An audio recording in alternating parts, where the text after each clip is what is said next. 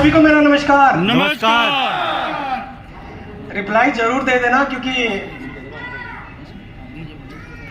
आज ये माइक मेरे हाथ पे आया, मुझे बिल्कुल भी बात करना नहीं आता। यस यस या नो? लेकिन वो लोग मेरे से रिलेट कर सकते हैं जिनको शर्म आती है बात करने से, और बिजनेस मिल गया मुझे बात करने का। हाँ या ना? यस। मैंने ये सोचा अगर इस बिजनेस में बात करना पड़ेगा और मुझे शर्म आती है तो ये बिजनेस चल नहीं पाएगा, और जब चल नहीं पाएगा तो टीम नहीं बना पाऊंगा मैं, और टीम के आगे बोल नहीं पाऊंगा तो टीम बोलेगी यार क्या सीखेंगे इससे। तो साथियों, बिहेव से बहुत शर्मिला इंसान था। नाम मेरा विक्रम कनवासी है, पेशे से एक्स आर्मी हूँ, और आज से लगभग 4 साल पहले मैंने भी इस काम की शुरुआत की थी, और मैं ही वो पहला व्यक्ति हूँ जिसने यहाँ पर इन लोगों के ऊपर विश्वास किया कि हाँ मैं भी यहाँ पर कर सकता हूँ। और किस्मत मेरी और भी अच्छी रही कि मेरे पास में सबसे नजदीक मेरी अपलाइन कोई नहीं था, इसलिए मेरे को समझ में आ गया था कि ये बिजनेस तेरा है, तुझे करना है। अगर तुझे किसी के सहारे की जरूरत पड़ी तो दूसरे के कंधे पे क्या जाता है? जनाजा।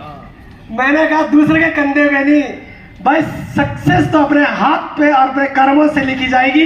ये मेरे को समझ में आ गया था। मैंने महागुरुजनों को बोला, गुरुजी केवल और केवल डायरेक्शन देना, गाइडलाइन देना, सक्सेस मैं अपने कर्मों से लेकर आऊंगा, बस आप मेरे को मार्ग से भटकते समय जरूर रोकना टोकना। दोस्तों, ये जीवन जो आज मुझे मिला है ऐसा जिंदगी में पहले कभी नहीं था। मैं परिवार से, बहुत गरीब परिवार से बिलोंग करता हूँ। एक वक्त ऐसा भी देखा मैंने कि जीवन, मुझे ऐसा लगता था कि जीना ही व्यर्थ है। ना तो माँ बाप का सहारा था कि माँ बाप बचपन से दिमागी हालत ठीक नहीं थी, किसके घर हमने रहना है, क्या हमें खाना, मुझे नहीं पता था। 10-12 साल तक कपड़े पे, शरीर पे कौन सा कपड़ा था मुझे नहीं पता था। लगभग 7वीं 8वीं में जाकर पहली बार चप्पल किसी ने दिए थे, हमने पहने थे। ये जो सम्मान, ये जो मंच और आप जैसे भाइयों का साथ जो देखा है, ये सिस्टम ने मुझे दिया है। मुझे नहीं पता आप किस मानसिकता के लोग यहाँ पर बैठे हुए हैं।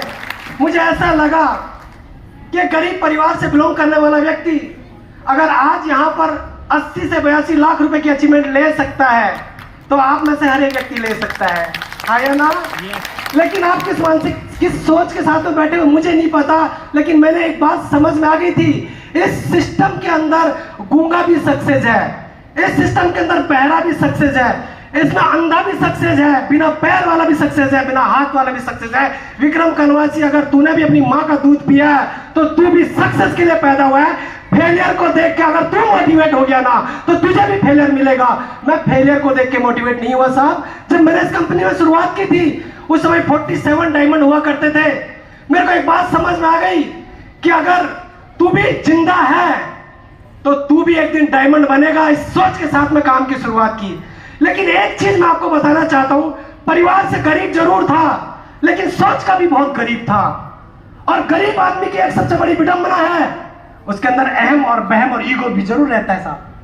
मैं जाऊंगा घर घर, मैं करूंगा प्लान, मैं सुनूंगा उसकी बात, मेरे अंदर भी थी। क्योंकि गरीब आदमी के अंदर एक चीज जरूर रहती है, मेरे अंदर भी थी कि मैंने कहा प्लान मैंने भी देखा था। मामूली श्रीमान राजीव सर के लिए जोरदार तालियां होनी चाहिए।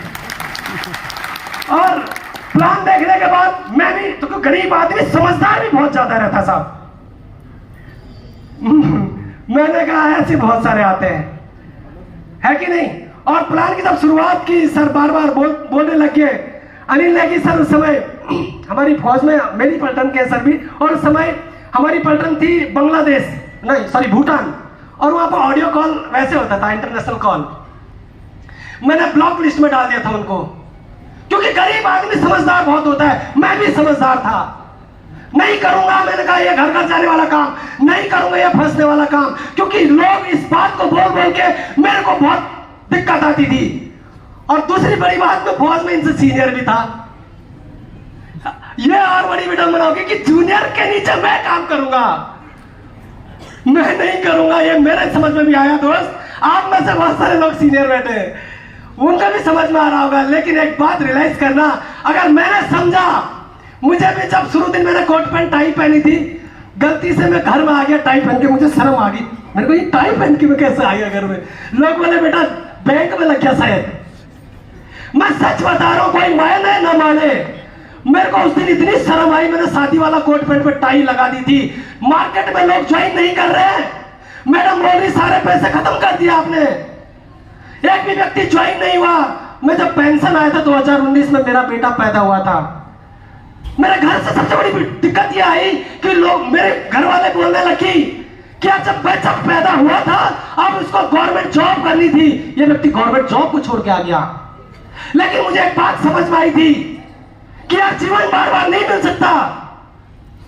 गरीब परिवार से जरूर हूं, जिंदा अगर हूं, अमीर भी लोग जिंदगी जीते हैं। अगर तू जिंदा रहा तो अगर तू गरीब मर गया ना तो ये बहुत बड़ी विडंबना होगी, उस जन्म में भी तेरी आत्मसंतुष्टि नहीं होगी। ये बात मुझे समझ में आई थी। जब सिस्टम है, पावरफुल सिस्टम में लोग अमीर हो रहे हैं तो तू क्यों गरीब रह सकता है? और अमीरी का रहस्य तो मैंने पढ़ा, एक बात लिखी हुई थी जिसके लिए पूरी दुनिया, पूरा समाज, पूरा वर्ल्ड काम करता, दुनिया का सबसे अमीर आदमी वो होता साहब। क्योंकि अकेला आदमी किसी भी प्लेटफॉर्म पर अमीर नहीं बन सकता, उसके अंदर इतनी अद्वितीय प्रतिभा नहीं है। ना मैं क्रिकेटर, ना मैं सिंगर, ना मैं कोई भी चीज, मैं कैसे अमीर बन सकता? एक बात समझ भाई कि यहां पर आयुर्वेद का कॉन्सेप्ट है। अगर ठीक होंगे लोग तो सबसे बड़ी बात तुझे डॉक्टर बोलेंगे। सेना सैनिक हो, एक सम्मान भरा जीवन जिया था, गलत काम करके पैसे कमाना मुझे भी अच्छा नहीं लगता था। लेकिन जब लोगों को दिया प्रोडक्ट, लोगों को रिजल्ट आया, लोगों ने बोला अच्छे माँ बाप का बच्चा है, आयुर्वेद को लेकर आया, लोगों की ऐसी भयंकर समस्याओं को ठीक करने का प्रयास कर रहा है, इस मिशन में साथ देते हैं। शुरू में जब मेरे साथ लोग ज्वाइन नहीं हो रहे थे, मैंने महागुरु जी को बोला गुरु जी लोग ज्वाइन ही नहीं हो रहे, मैं कैसे इसमें सफल हो पाऊंगा? सर ने बोला अरे बहुत बढ़िया फाइटर, जब सब ज्वाइन हो जाएंगे तो तेरे साथ कौन ज्वाइन करेगा? ये तब तक ही बिजनेस अच्छा है जब तक लोग आपके साथ, तेरे अंदर दम है। अगर 47 लोग डायमंड बने हैं, उन्होंने भी लोगों की हाँ को ना कन्वर्ट करवाने की एजुकेशन ली है। अगर तू लोगों को यह बात समझा दे कि ना बोलने की वजह क्या है, हाँ करने का वजह क्या है, बस इसी चीज को सीखते सीखते सीखते सीखते ये मेरे ग्रेट मेंटर्स हैं जिनकी वजह से आज मैं यहां पर पहुंच पाया। दोस्त मेरा यहां तक पहुंचने में मेरा कोई ज्यादा बड़ा रोल नहीं है, मैं केवल टिका रहा, चलता रहा। शानदार सिस्टम, शानदार मंदिर जैसा मुझे प्लेटफॉर्म मिला। आज यहां से लगभग 82 लाख रुपए की अचीवमेंट आ चुकी है।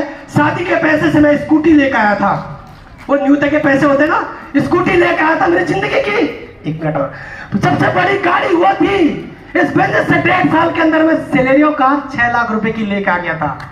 एक गरीब परिवार के अंदर अगर एक 4 व्हीलर कार आ गई, मेरे सपनों की बहुत बड़ी कार थी। उसके बाद 1 साल मैंने उस कार को चलाई थी। टाटा हैरियर लगभग 27 लाख रुपए की बाहर में खड़ी है और अगले 2 महीने का इंतजार और कीजिए। मैं इस बात को इसलिए कह रहा हूं, आप सभी के मन में एक सवाल आ रहा होगा, ये लोग पहले आ गए इसलिए बहुत ज्यादा कमा चुके हैं, बाद में आने वाला नहीं। मैं इतना खुशकिस्मत इंसान हूं। अभी 1 करोड़पति आपने देखा जिनको मैंने इस बिजनेस में लेके आया। मेरे अपलाइन भी करोड़पति, मेरे डाउनलाइन भी करोड़पति। विश्वास मेरा डगमगाने वाला नहीं है। अगले आने वाले 2 महीने के अंदर मर्सिडीज बेंज लगभग C82 लाख रुपए की मेरे पास आने वाली है। मैं एक दिन था जब ये सोचा करता था भगवान खत्म कर दे मुझे, अब मैं कहता हूं हे भगवान खत्म मत करना, जीने का मजा तो अब आ रहा है यार, अब मुझे उठा मत देना। तो थैंक यू दोस्तों, समय बहुत कम है, बहुत सारे सीनियर लीडर्स हमारे बीच में बैठे, आप सभी का बहुत बहुत धन्यवाद। एक बात मैं आपसे जरूर कहना चाहूंगा दोस्त, एक बात जरूर करना, आज जिस कॉन्सेप्ट में आपको कोई भी लेकर आया है, एक बार उससे जरूर मिलना, शुरुआत जरूर करके जाना।